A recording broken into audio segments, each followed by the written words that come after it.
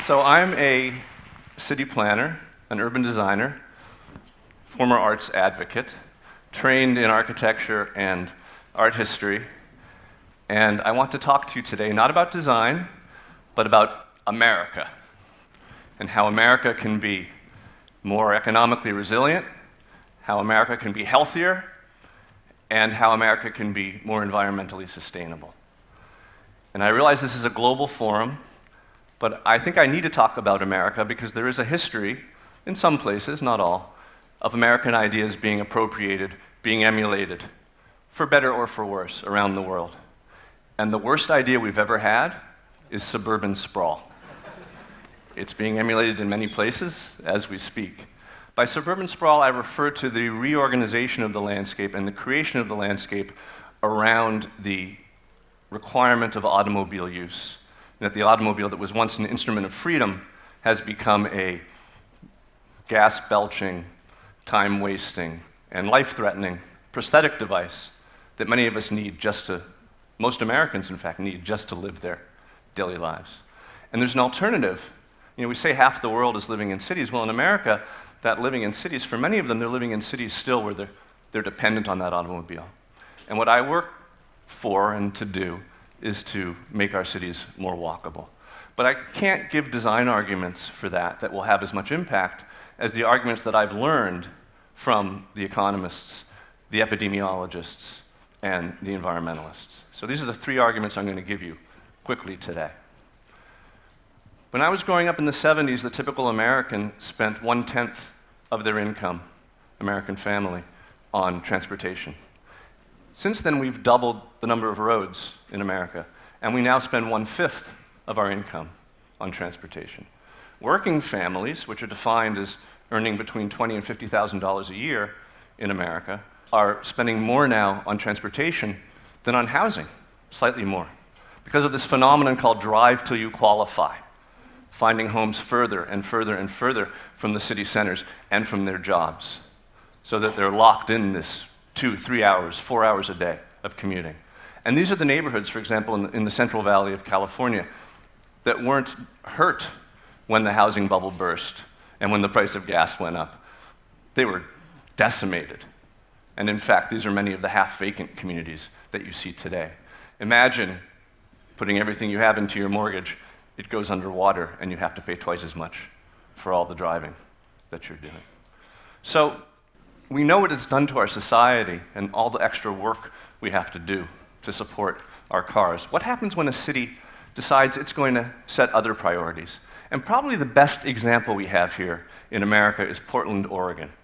Portland made a bunch of decisions in the 1970s that began to distinguish it from almost every other American city. While most other cities were growing an undifferentiated spare tire of sprawl, they instituted an urban growth boundary. While most cities were reaming out their roads, removing parallel parking and trees in order to flow more traffic, they instituted a skinny streets program. And while most cities were investing in more roads and more highways, they actually invested in bicycling and in walking. And they spent $60 million on bike facilities, which seems like a lot of money, but it was spent over about 30 years, so $2 million a year. Not that much, and half the price of the one cloverleaf that they decided to rebuild in that city. These changes and others like them changed the way that Portlanders live, and their vehicle miles traveled per day, the amount that each person drives, actually peaked in 1996, has been dropping ever since, and they now drive 20% less than the rest of the country. The typical Portland citizen drives 4 miles less and 11 minutes less per day than they did before. The economist Joe Courtwright did the math, and he found out that those 4 miles plus those 11 minutes adds up to fully 3.5% of all income earned in the region. So if they're not spending that money on driving, and by the way, 85% of the money we spend on driving leaves the local economy, if they're not spending that money on driving, what are they spending it on? Well, Portland is reputed to have the most roof racks per capita, the most independent bookstores per capita, the most strip clubs per capita. These are all exaggerations, slight exaggerations of a fundamental truth, which is Portlanders spend a lot more on recreation of all kinds than the rest of America. Actually, Oregonians spend more on alcohol than most other states, which may be a good thing or a bad thing, but it makes you glad they're driving less. Now, but actually they're spending most of it in their homes. And home investment is about as local an investment as you can get. But there's a whole other Portland story which isn't part of this calculus, which is that young, educated people have been moving to Portland in droves. So that between the last two censuses, they had a 50% increase in college-educated millennials, which was 5 times what you saw anywhere else in the country, or I should say, of the national average. So, on the one hand, a city saves money for its residents by being more walkable and more bikeable. But on the other hand, it also is the cool kind of city that people want to be in these days. So the best economic strategy you can have as a city is not the old way of trying to attract corporations and trying to have a biotech cluster or a medical cluster or an aerospace cluster, but to become a place where people want to be. And millennials, certainly, these engines of entrepreneurship, 64% of whom decide first where they want to live, then they move there, then they look for a job, they will come to your city. The health argument is a scary one, and you've probably heard part of this argument before. Again, back in the 70s, a lot's changed since then. Back in the 70s, 1 in 10 Americans was obese. Now 1 out of 3 Americans are obese, and the second third of the population is overweight. 25% of young men and 40% of young women are too heavy to enlist in our own military forces. According to the Center for Disease Control, fully 1/3 of all children born after 2000 will get diabetes. We have the first generation of children in America who are predicted to live shorter lives than their parents. I believe that this American healthcare crisis that we've all heard about is an urban design crisis, and that the design of our cities lies at the cure. Because we've talked a long time about diet, and we know that diet impacts weight, and weight, of course, impacts health.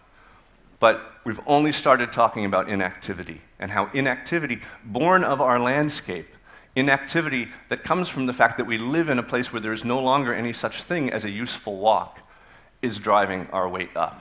And we finally have the studies, one in Britain called Gluttony versus Sloth, that tracked weight against diet and tracked weight against inactivity and found a much higher, stronger correlation between the latter two.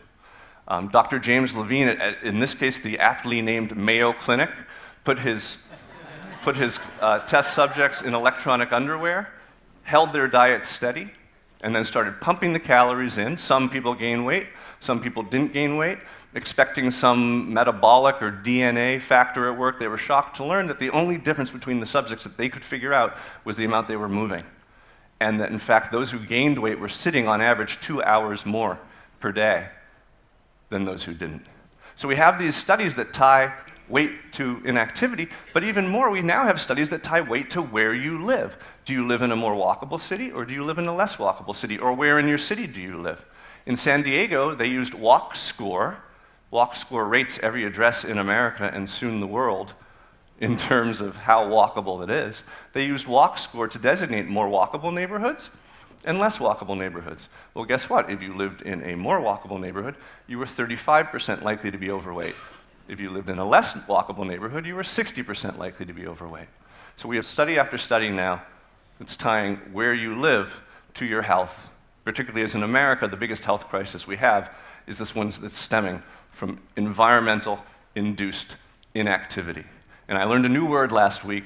They call these neighborhoods obesogeneric. I may have that wrong, but you get the idea. Now, that's one thing, of course. Briefly mentioning, we have an asthma epidemic in this country. You probably haven't thought that much about it. 14 Americans die each day from asthma. 3 times what it was in the 90s. And it's almost all coming from car exhaust. You know, American pollution does not come from factories anymore, it comes from tailpipes. And the amount that people are driving in your city, your urban VMT is a good prediction of the asthma problems in your city. And then finally, in terms of driving, there's the issue of the single largest killer of healthy adults, and one of the largest killers of all people is car crashes. And we take car crashes for granted. We figure it's a natural risk of being on the road. But in fact, here in America, 12 people out of every 100,000 die every year from car crashes. we're pretty safe here. Well, guess what? In England, it's 7 per 100,000. In Japan, it's 4 per 100,000. Do you know where it's 3 per 100,000? New York City. San Francisco, the same thing. Portland, the same thing. Oh, so cities make us safer because we're driving less. Tulsa, 14 per 100,000. Orlando, 20 per 100,000. It's not whether you're in the city or not. It's how is your city designed? Was it designed around cars or around people? Because if your city is designed around cars, it's really good at smashing them into each other. That's part of a much larger health argument. Finally, the environmental argument is fascinating because the environmentalists turned on a dime about 10 years ago. The environmental movement in America has historically been an anti-city movement, from Jefferson on. Cities are pestilential to the health, to the liberties, to the morals of man. If we continue to pile upon ourselves in cities as they do in Europe, we shall become as corrupt as they are in Europe and take to eating one another as they do there. He apparently had a sense of humor. And then the American environmental movement has been a classically Arcadian movement. To become more environmental, we move into the country, we commune with nature, we build suburbs. But of course, we've seen what that does. The carbon mapping of America, where is the CO2 being emitted, for many years only hammered this argument in more strongly. If you look at any carbon map, because we map it per square mile, any carbon map of the US, it looks like a night sky satellite photo of the US. Hottest in the cities, cooler in the suburbs, dark, peaceful in the countryside. Until some economists said, is that the right way to measure CO2?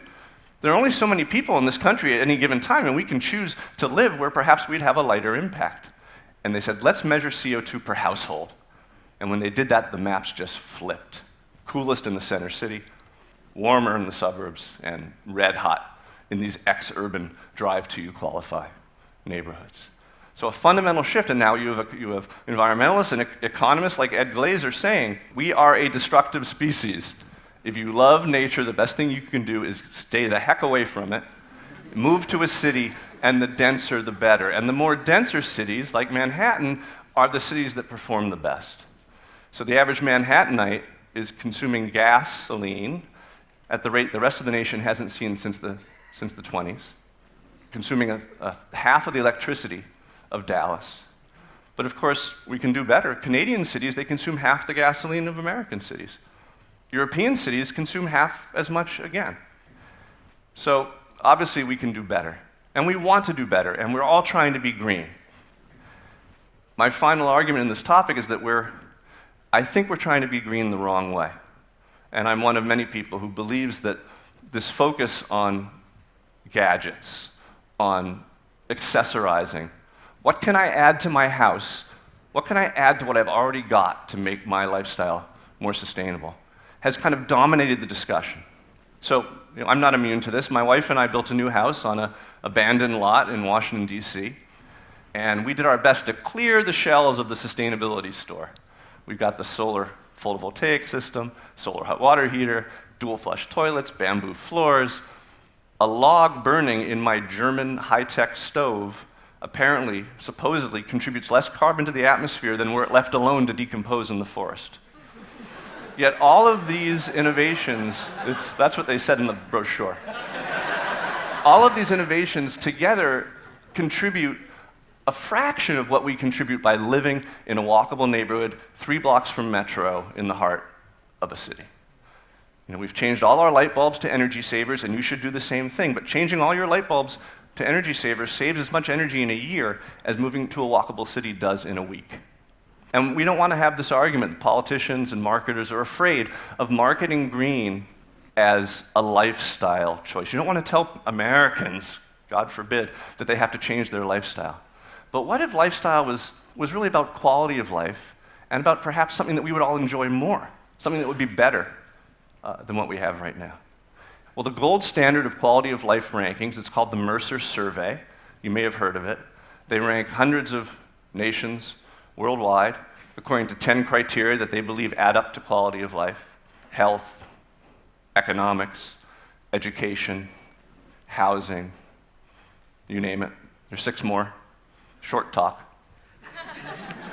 And it's very interesting to see that, like, the highest ranking American city, Honolulu, number 28, is followed by kind of the usual suspects of Seattle and Boston and all walkable cities, the driving cities in the Sun Belt, the Dallases and the Phoenixes and sorry, Atlanta. These cities are not appearing on the list. But who's doing even better? The Canadian cities like Vancouver, where again they're burning half the fuel. And then it's usually won by cities where they speak German, like Dusseldorf or Vienna, where they're burning, again, half as much fuel. And you see this alignment, this strange alignment.